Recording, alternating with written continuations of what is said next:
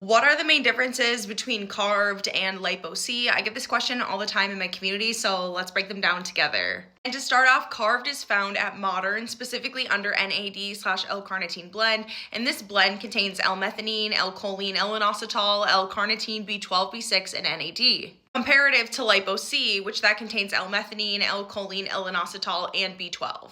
So you can notice right off of the bat that there are typically more ingredients in this particular blend with carved versus lipo-C.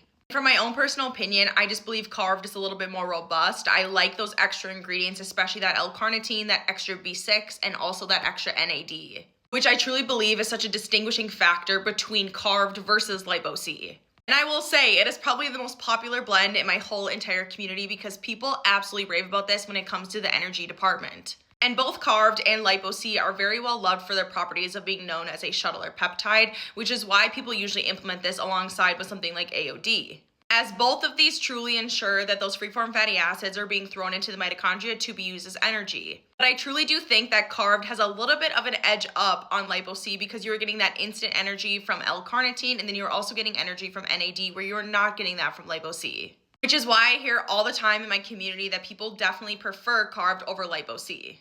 And not saying that lipo-C is a bad pep, it is super well loved by so many individuals as well who don't want to opt for that L-carnitine or NAD or that extra B vitamin. And it is still so amazing when it comes to the responsibility of using it as a shuttle or peptide. Just to give you an example of what to expect, when someone implements something like carved into their routine, into their recipes, they can experience way better energy, clean, sustainable energy, no jitters. I feel like that's the biggest thing that people express to me in my community is that they have really good energy that lasts all day long. You don't have that afternoon crash, but they also have a decrease in brain fog and they have better memory and mood. Comparative to something like lipo-C, people will still experience great detoxifying properties, they will still experience great energy, but it just might not be as robust as something like carved.